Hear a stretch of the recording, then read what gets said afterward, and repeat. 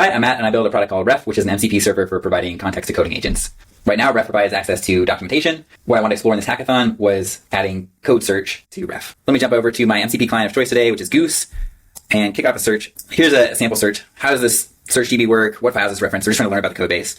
In this case, this is a local MCP server that has ingested the local code base into a full text search, a vector search, and a graph DB. If I were building for production, I'd probably use Neo4j, I use TurboPuffer, but because of the GPT-5 hackathon, I had GPT-5 write each one of those systems from scratch. That's awesome, but we want to see how good it is. So the next thing I had GPT-5 do was build a benchmark.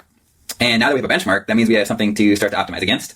And now that we're optimizing, the next step is going to be rewrite to Rust.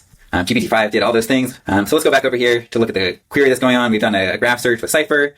We've done a normal text search. So, here's the search result. We have some more text, some graph searches. We've learned about the code base. And the other thing I wanted to test was GPT-5's UI generation ability. In this case, I'm using Goose because it's the only MCP client that supports MCP UI at this point. So I added the ability to generate UI based on my code base and based on queries. So here we have a architecture explorer generated one shot by GPT-5 with a force-directed graph for exploring and understanding the architecture.